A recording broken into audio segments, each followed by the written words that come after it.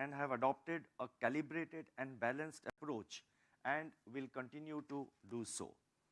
When we started the rate cut cycle in February 2019 to provide support to growth, the CPI inflation was around 2% and the policy repo rate was 6.5%.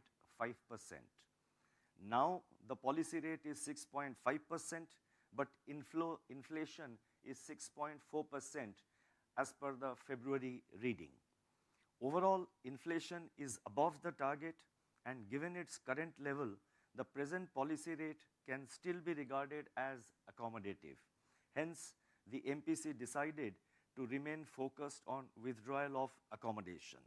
What I now propose to do is to just briefly state about the growth and the inflation scenarios, and I will then try and sum up the broad approach which the monetary policy committee has taken, and I think that will give even greater clarity of what the monetary policy committee is doing. So let me first take up growth. As stated earlier, India's real gross domestic product, that is GDP, is expected to have recorded a growth of 7% in 2022-23. Hence, economic activity remains resilient. On the supply side, Rabi food grains production is estimated to increase by 6.2% in 2022-23. PMI manufacturing remained robust at 56.4 in March, recording expansion for 21 consecutive months due to favorable domestic demand. Service sector activity exhibited buoyancy. PMI services remained in expansion zone at 57.8 in March, driven by favorable demand conditions and new business gains. Aggregate demand conditions were resilient in Q4 of 22-23, even as private consumption showed some signs of slowdown. Urban demand indicators like passenger vehicle sales and credit card spending registered robust growth in February, while consumer durables contracted in January. Rural demand indicators such as consumer non-durables, tractor and two-wheeler sales registered healthy growth. Investment activity exhibited buoyancy on the back of government's thrust on infrastructure spending, high capacity utilization, and revival in corporate investment in certain key sectors. Non-food bank credit rose by 15.4% year-on-year as on March 24th, 2023. The total flow of resources to the commercial sector has increased by 26 lakh crore during 2022-23 as against 19 lakh crore a year ago. Merchandise exports and non-oil, non-gold imports contracted in February. Services exports continued to register robust growth. Supply chains are returning to normalcy globally as well as domestically. Looking ahead, the higher Rabi production has brightened the prospects for agriculture sector and rural demand. The steady growth in contact-intensive services should be positive for urban demand. The government's focus on capital expenditure, capacity utilization above long period average, and moderating commodity prices should bolster manufacturing and investment activity. The drag from the net external demand may continue due to increased global headwinds. The protracted geopolitical tensions and global financial market volatility pose downside risks to the outlook. Taking all these factors into consideration, the real GDP growth for 2023-24 is projected at 6.5%, with Q1 at 7.8%, Q2 at 6.2%, Q3 at 6.1%, and Q4 at 5.9%. The risks are evenly balanced. Let me now turn to inflation.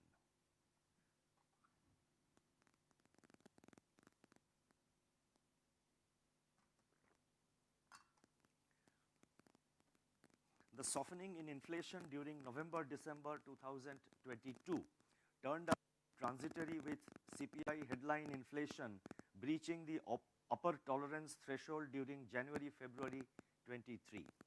A sharp turnaround in food inflation drove the pickup in headline inflation as core inflation remained elevated across a range of goods and services. Looking ahead, the expectation of a record Rabi harvest bodes well for easing of food price pressures. There are already evidence of a correction in wheat prices in March on supply-side interventions by the government. The impact of the recent unseasonal rains in some parts of the country, however, needs to be watched. Global commodity prices have moderated significantly from their heightened levels a year ago. As our surveys point out, cost conditions have somewhat eased. Inflation expectations of households have also eased down. On the upside, adverse climatic conditions are a risk to the future inflation trajectory. Milk prices are also likely to remain firm going into the summer season due to tight demand-supply balance and fodder cost pressures. The rising uncertainty in international financial markets and imported balance and a normal monsoon, inflation is projected to moderate to 5.2% for 23-24, with Q1 at 5.1%, Q2 at 5.4%, Q3 5.4%, and Q4 at 5.2%. The risks are evenly balanced. Now, let me now summarize what I have said so far. We are living in very volatile times. The sudden announcement of an output cut by the OPEC Plus a few days ago and the resultant jump in crude oil prices is yet another evidence of this volatility. The overall outlook thus remains dynamic and fast evolving. Our monetary policy in the recent period has aimed for a non-disruptive normalization from the pandemic era stimulus measures. Even as monetary policy moved decisively to withdrawal of accommodation, financial conditions evolved in line with the productive requirements of the economy. Growth has since then become broad-based. Inflation has softened from its elevated levels a year ago. However, it still remains above the upper tolerance band. Projections for 2023-24 point to a softening in inflation, though the disinflation is likely to be gradual and protracted given the rigidity of core or underlying inflation pressures. At this stage, we remain watchful of the evolving outlook and the impact of our actions during the past 1 year on the broader real economy. While we have kept the policy rate unchanged, it is important to bear in mind that this decision was taken on the basis of our assessment of the macroeconomic and financial conditions with reference to the information available up to today. Our job is not yet finished and the war against inflation has to continue. And this has to continue until we see a durable decline in inflation closer to the target. Let me read again. Our job is not yet finished and the war against inflation has to continue until we see a durable decline in inflation closer to the target. We stand ready to act appropriately and in time. We are confident that we are on the right track to bring down inflation to the target rate over the medium term. As we proceed towards this objective, I recall the wise counsel of Kautilya 2000 years ago, and he said, and his statement was as follows: "Be not slack before the job is finished. Be not slack before the whole job is finished." I would now like to focus on financial stability. With the fight against inflation far from over, the global economy is now confronted with serious financial stability challenges from the recent banking sector developments in certain advanced economies. This calls for a reappraisal of the responsibilities of the regulators and the regulated entities world over and their collective role in safeguarding the stability of the financial system.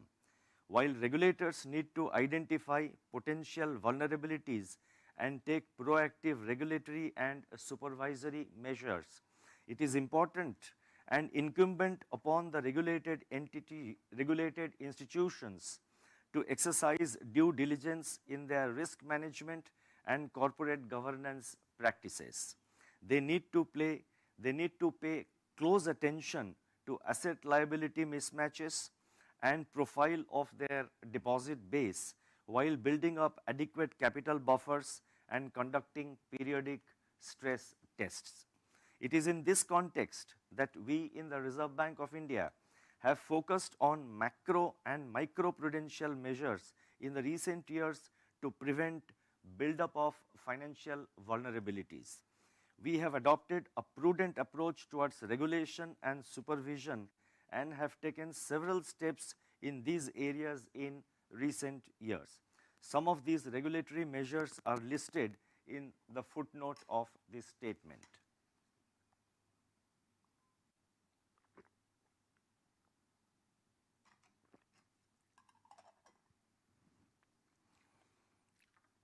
Our supervisory systems have also been strengthened significantly in recent years. We have adopted a unified and harmonized supervisory approach for commercial banks, non-banking financial companies, that is NBFCs, and urban cooperative banks, that is UCBs. The focus is now more on identifying the root cause of vulnerabilities rather than dealing with the symptoms alone. As a result, the Indian banking system remains sound and healthy with strong capital and liquidity buffers, improving asset quality, better provisioning coverage along with improved profitability. Nevertheless, we are keeping a close watch on the banking sector turmoil in some developed countries. In this context, let me once again recall Kautilya's wisdom, which remains relevant even for today's world. And I quote, "In the interests of the prosperity of the country, we should be diligent in foreseeing the possibility of calamities, try to avert them before they arise, overcome those which happen, remove all obstructions to economic activity." I would now like to touch upon liquidity and financial market conditions. The Reserve Bank will continue to adopt a nuanced and agile approach to liquidity management.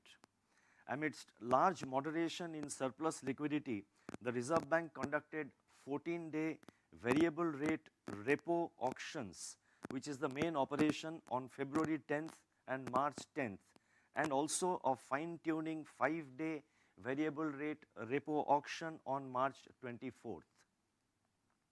In the period ahead, the Reserve Bank will remain flexible in meeting the productive requirements of the economy through two-way operations as may be necessary.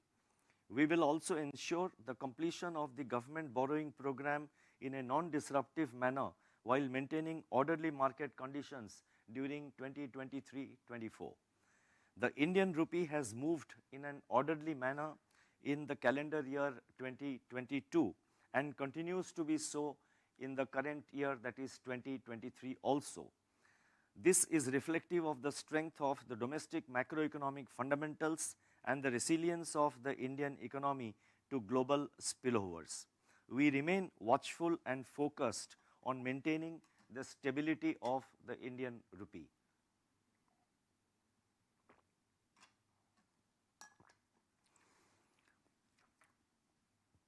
Let me now turn to the external sector.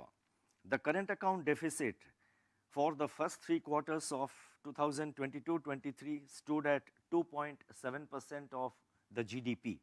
In third quarter, current account deficit narrowed significantly to 2.2% from 3.7% in the second quarter on account of lower merchandise trade deficit and robust growth in services exports. Strong software services export growth was witnessed across key verticals such as IT services, business process management, and engineering and research design, supported by a rise in global capability centers. The merchandise trade deficit further narrowed during January and February 2023 from its level in the third quarter of 22-23 on the back of a sustained decline in imports. Moreover, India's services exports continued to grow at a healthy pace in the first 2 months of the current calendar year, that is 2023. Better growth prospects of the Gulf Cooperation Council, that is the GCC countries, are expected to keep remittances robust.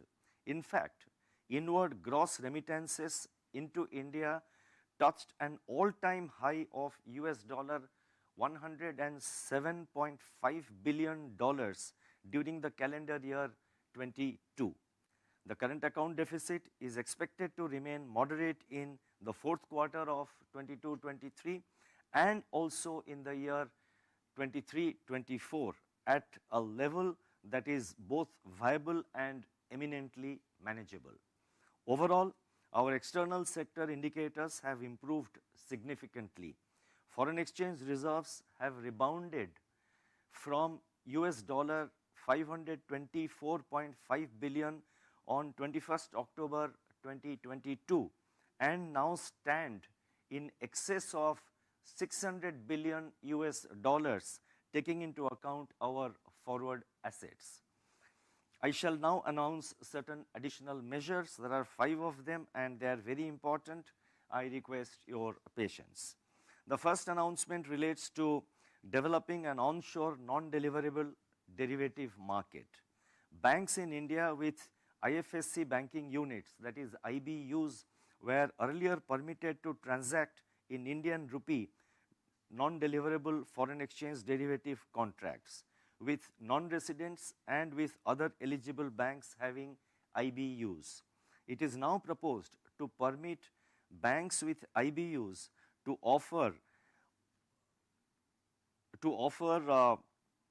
non-deliverable foreign exchange derivative contracts involving the Indian rupee to resident users in the onshore market. This measure will further deepen the forex market in India and provide enhanced flexibility to residents in meeting their hedging requirements. The second announcement relates to enhancing efficiency of our regulatory processes. At present, the processes for entities to make applications seeking license or authorization or regulatory approvals from the Reserve Bank under various statutes and regulations take place in both online and offline modes. To simplify and streamline such processes and in line with the Union Budget 23-24 announcement, it has been decided to have a secured web-based centralized portal named as Prabha for such processes. The portal will show time limits for deciding on the applications or approvals sought. This measure will bring greater efficiencies into regulatory processes and facilitate ease of doing business for the regulated entities of the Reserve Bank. The third announcement relates to development of centralized web portal for the public to search unclaimed deposits. At present, the depositors or beneficiaries of unclaimed bank deposits of 10 years or more have to go through the websites of multiple banks to locate such deposits. Now, in order to improve and widen the access of depositors or beneficiaries to information on such unclaimed deposits, it has been decided to develop a web portal to enable search across multiple banks for possible unclaimed deposits. This will help depositors and beneficiaries in getting back their unclaimed deposits. The next announcement relates to grievance redress mechanism relating to credit information reporting by credit institutions and credit information provided by credit information companies, that is the CICs. Recently, the credit information companies, that is CICs, were brought under the purview of the Reserve Bank Integrated Ombudsman Scheme. It is now proposed to put in place the following measures. 1. A compensation mechanism for delayed updation, rectification of credit information reports. 2. A provision for SMS, email alerts to the customers whenever their credit information reports are accessed. 3. A time frame for inclusion of data received by the CICs from credit institutions. And 4. Disclosures on customer complaints received by the CICs. These measures will further enhance consumer protection. The last announcement relates to, and this is very important, if you recall, almost in every monetary policy meeting and even otherwise, the Reserve Bank, we have been making a lot of announcements relating to the UPI. And this announcement also relates to UPI. Basically, the objective is to widen and expand the footprint of the UPI even further. And this announcement relates to operation of pre-sanctioned credit lines at banks through the UPI. The Unified Payment Interface, that is UPI, has transformed retail payments in India. UPI's robustness has been leveraged to develop new products and features from time to time. Recently, RuPay credit cards were permitted to be linked to the UPI. This was in addition to the existing facility of linkage of UPI with deposit accounts. It is now proposed to expand the scope of UPI by permitting operation of pre-sanctioned credit lines at banks through the UPI. This initiative will further encourage innovation.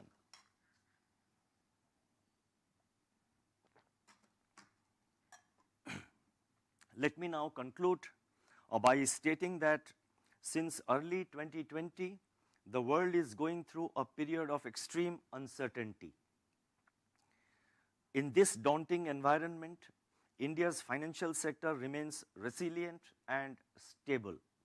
Overall, the broadening of economic activity, the expected moderation in inflation, the fiscal consolidation with focus on capital spending, the significant narrowing of the current account deficit to more sustainable levels, and the comfortable level of foreign exchange reserves are welcome developments which will further bolster India's macroeconomic stability. This allows monetary policy to remain unwaveringly focused on inflation. With underlying core inflation, or rather with unyielding core inflation, we remain firm and resolute in our pursuit of price stability, which is the best guarantee for sustainable growth. Let me read again. With unyielding core inflation, we remain firm and resolute in our pursuit of price stability, which is the best guarantee for sustainable growth. The impact of our actions over the past 12 months is still playing out and would increasingly weigh on the future inflation trajectory.